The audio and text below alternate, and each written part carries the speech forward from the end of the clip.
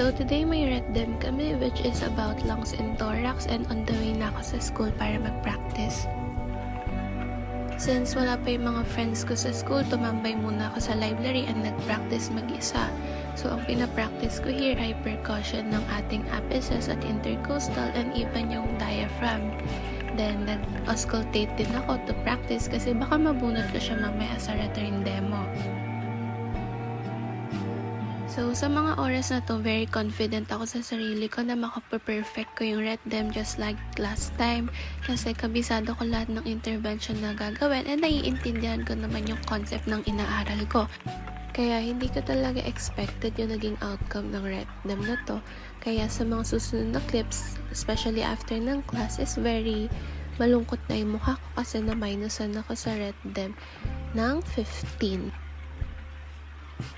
Here naman nagsusulat ako ng mga possible questions na pwede i-ask naman during knowledge intervention, and sinusulat ko rin yung mga important na findings na dapat ko alalahanin.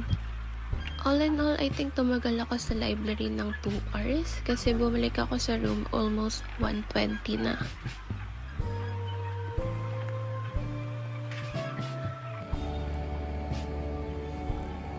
So, tapos na kami mag-red dem neto ng partner ko. Bale, pababa na kami niyan para bumili ng Graham bar sa may Hollywood. Highly recommend their Graham bar kasi mura lang, like 35 pesos, and then makapal siya, tas sobrang sarap. Like, legit, sobrang sarap.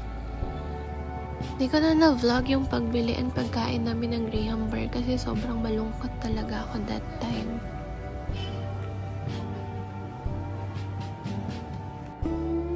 Pabalik na kami ng room and ito naman yung inaayos na sahig sa JSB. Ilang beses na ako nadapa dito and tatapilok kasi magkakaiba yung height ng sahig. Kaya matatapilok at matatapilok ka talaga. So here naman, patapos na yung mga classmates ko mag-red dem and malapit na kami mag-dismissal. Ito yung ibang friend ko na hindi sila inabot ng red dem.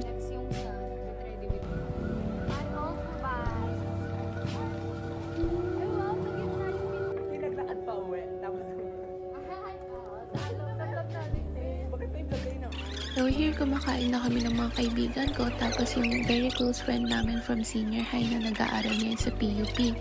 So favorite talaga namin tong sisigan dito sa gilid ng McDo ever since senior high kasi mura na tapos masarap.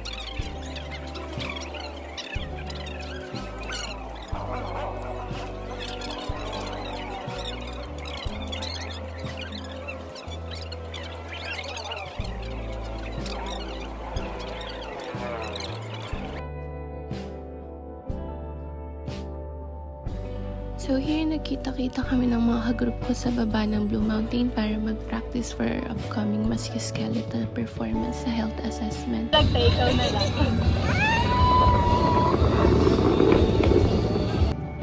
So dito naman nagbe-brainstorm kami ng iba't ibang musculoskeletal movement na pwede namin i-incorporate sa kanta as requested by our professor.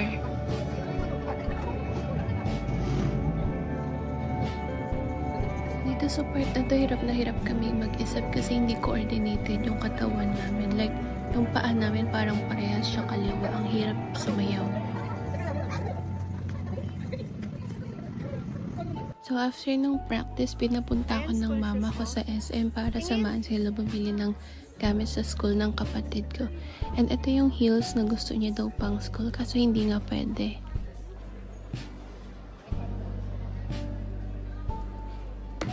So, ang agenda naman dito is gagawa kami ng slime. Hi guys, gawa kami ng slime. Yung kulay ng slime mo? Ito. Pink? Gawa na tayo. So, as a slime girly nung bata, madali na lang para sa akin gumawa ng slime kasi ang ingredients lang nun, glue, detergent, and then contact lens solution.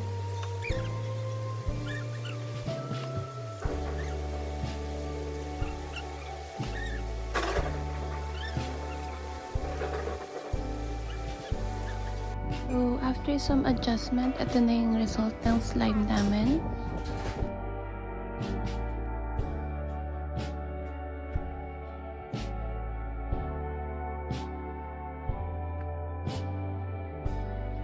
So this will be the last part of my 7-day vlog for our subject Biochem.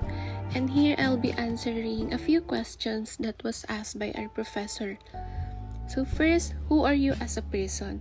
So as a person, first and foremost, my name is Ruby Lorraine M. Martinez, 19 years old from Our Lady of Fatima University, Antipolo. As a person, I think I'm quiet, curious, and empathetic, and very, very shy. So I value honesty, growth, and taking accountability so much to the point that I often look for these traits in other people that I encounter or those people who are close to me. Lastly, I am very passionate about the things that I love doing. Next question, who are you as a student? So as a student, I'm very strict when it comes to myself and those people who were assigned to work with me, for example, in the groupings. And I am very passionate about my course to the point that I can see myself finishing it and attaining a higher degree related to it in the future. So at school, I found out that some of my classmates thinks that I am very snobbish, when in reality I am just really shy and is actually scared to associate with them. Number 3. How do you strive to study despite the current limitations and challenges that you face? So despite the limitations such as personal struggles and family problems, I try to stick to my organized to-do list to keep me on track and not forget anything. And I also use whatever resources I have. And lastly, I also don't go overboard with myself so that I could avoid getting burnt out. Next question, how do you manage to maintain your mental health? First, I make sure to make time for the things that would bring me peace and joy, like playing games, eating delicious foods, talking to my friends, and I also avoid any unnecessary negativity as much as possible in real life and even in online or social media. Lastly, I allow myself to rest and I try to sort out my feelings as much as possible so that I could understand myself better. Next question, what are the activities you do to learn and to cope up? So for the learning part, I am very fond of active recall ever since I was in senior high, and using this method helped me so much with my tests and quizzes. I also am very fond of rewriting down information straight out of my memory so that I could jot down information that I mastered and also study those information where I lack. Last but not the least, what are your realizations and reflections in our current situation?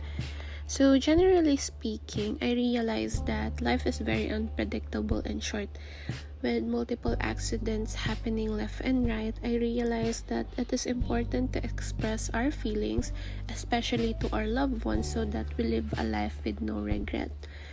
Lastly, as much as possible, we should also try to live our life without thinking too much about how people would perceive us or how would they see us, so that again we could live a life with no regrets.